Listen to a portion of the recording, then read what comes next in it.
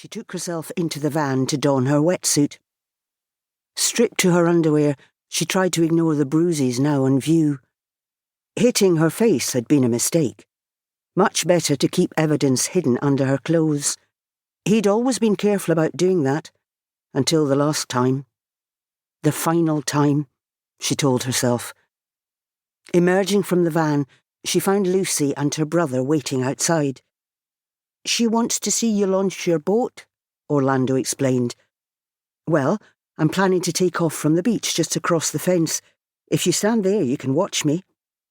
Orlando gave her a little nod. Locking the van, she slipped the keys into her waterproof bag, then manoeuvred the kayak and her paddle over the fence before setting off towards the only gap, which faced the neighbouring bay. Passing 3 medium-sized vans, plugged into the only electric points, she noted that the rest of the field was empty, bar a couple of small tents, although other campers would no doubt appear before sundown. A dilapidated static caravan stood in the corner of a neighbouring field, near the beach exit with a small fishing boat and a pile of creels on the nearby shore. As she passed it, she thought she caught the twitching of a torn net curtain, but didn't turn her head to check. Instead, she took 3 deep breaths and repeated the mantra that she was safe here. Turning at the corner where her van was parked, she found Orlando standing where she'd left him, behind the wire fence, holding his little sister's hand. He looked so envious as she lifted her kayak to take it to the water that she found herself saying, "I'll let you two have a go in it tomorrow, if your mum allows." The boy's serious look was swiftly replaced by a smile, and Lucy gave a little whoop of delight. "What are you doing?" she muttered to herself as she slipped the kayak into the water. "You're supposed to be lying low, not becoming everyone's pal." Despite her own entreaty, she found herself turning to wave to the 2 children before guiding the kayak across the mirrored water and out of the bay. Chapter 2. Day 2.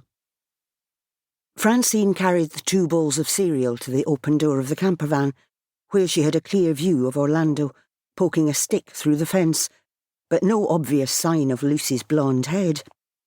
"Where's Lucy?" she called. Orlando turned and looked at her with a vacant expression. "I told you to watch your sister while I made breakfast," she said, perhaps a little too sharply. His face immediately crumpled under her angry gaze. She tried to calm herself. The field was fenced in apart from the main entrance and the gate to the beach. There was nowhere for Lucy to go. "Is she hiding from you?" She tried to make her voice light. They'd played hide-and-seek before, but with nowhere really to hide in the open field, except inside the campervan. It hadn't gone on for long. Orlando had picked up on her fear and was standing rigid, his expression blank. It was what he did when worried or disorientated. Where was Derek? He'd said something about emptying the chemical toilet, but the disposal unit was only yards away. Perhaps Lucy had followed him?